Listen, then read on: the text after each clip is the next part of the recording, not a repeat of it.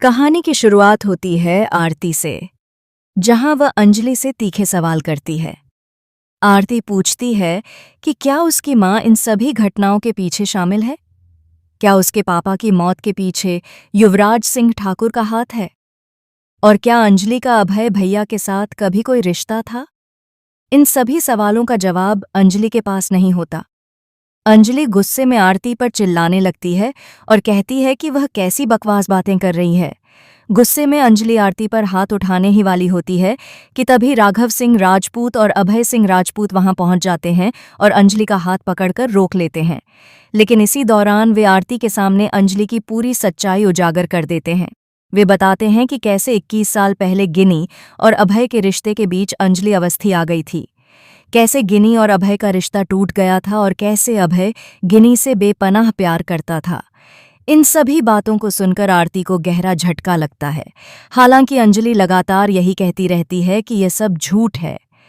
वह आरती से पूछती है कि क्या उसे सच में लगता है कि उसकी मां इतने गंदे और काले काम कर सकती है, लेकिन अब तक आरती का विश्वास पूरी तरह टूट चुका होता है।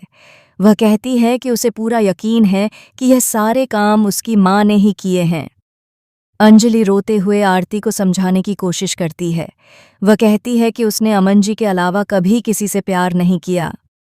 अभय सिंह राजपूत ही उसके पीछे पड़े रहते थे, उसे परेशान करते थे और अपनी पत्नी गिनी से प्यार करने के बजाय उसके पीछे भटकते थे।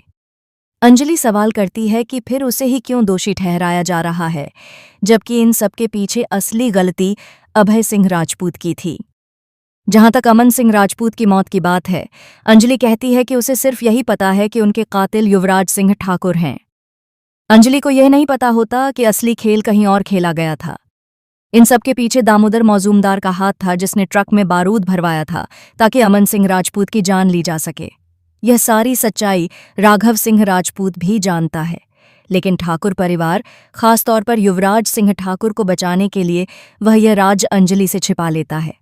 राघव जानता है कि अगर अंजलि को पूरी सच्चाई पता चल गई तो वह आग बन जाएगी, और अंजलि की आग सबने पहले भी देखी है। वह बदले के लिए किसी भी हद तक जा सकती है।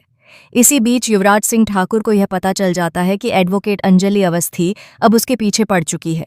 अपनी जान और पोजीशन बचाने के लिए उसे रानी मौजूमदार यानी गिनी सिंह राजपूत का सहारा लेना ही पड़ेगा। दामोदर मौजूमदार को आज तक कोई पकड़ नहीं पाया है। वह एक खतरनाक डॉन है, ड्रग सप्लाई करता है, बड़े बड़े गैरकानूनी कामों में शामिल है और पुलिस भी उससे दूरी बनाए रखती है। उधर पंकज पुरोहित अंजलि को बताते हैं कि इन सभी घटनाओं के पीछे दामोदर मौजूमदार का ही हाथ है, लेकिन उसे पकड़ना आसान नहीं है।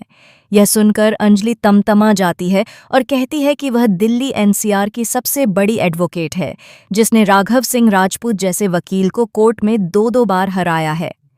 वह चेतावनी देती है कि अगर दामोदर मौजूमदार सबसे बड़ा डॉन है तो वह भी सबसे बड़ी वकील है। उसे बस उसका नंबर चाहिए, बाकी वह खुद संभाल लेगी। इसके बाद अंजलि दामोदर मौजूमदार के नंबर पर कॉल करती है। फोन रानी मौजूमदार उठाती है और पूछती है कि कौन बोल रहा है।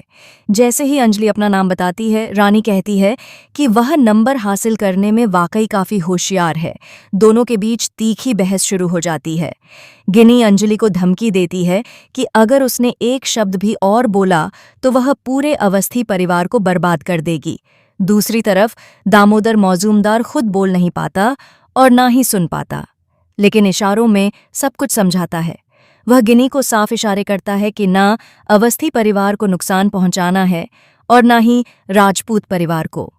इशारों में ही वह अपने एक गार्ड को गोली मारकर यह दिखा देता है कि किसे मारना है और किसे नहीं। इससे साफ हो जाता है कि गूंगा और बहरा होने के बावजूद दामोदर मौजूमदार पूरी तरह से ताकत और कंट्रोल अपने हाथ में रखता है, लेकिन गिनी अब भी बदले की आग में जल रही है। वह कहती है कि वह राजपूत परिवार और अवस्थी परिवार दोनों को बर्बाद कर देगी, क्योंकि 21 साल पहले अंजलि ने उससे उसका पति छीन लिया था। अब वह किसी को भी नहीं छोड़ेगी।